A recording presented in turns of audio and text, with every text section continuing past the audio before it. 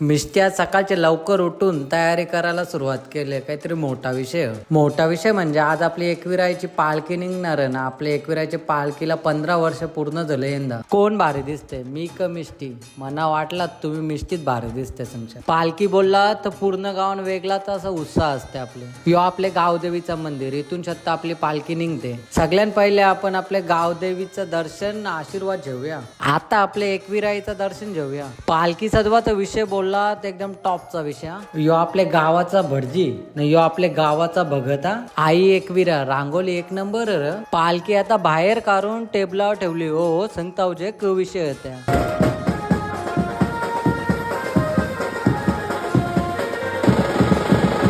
आपली आता गावची मंडळी पूर्ण अशी जमा झालते. आता थोड्याच वेळानं आता आपली पालखी पण निघल. बोला मग पोरावो, एकविरा माते की जय. आई माऊलीचा उदो उदो आई आयलू. आपली बँड वाजवणारी पोरा बँड वाजवायला तयारच होती. लगेच त्यांनी सुरुवात केली. आपल्या मानाच्या पालखीला खांदा लावूया ना, झेंडा बी फडकूया. एकविरा माते की जय. आयलो आयलो.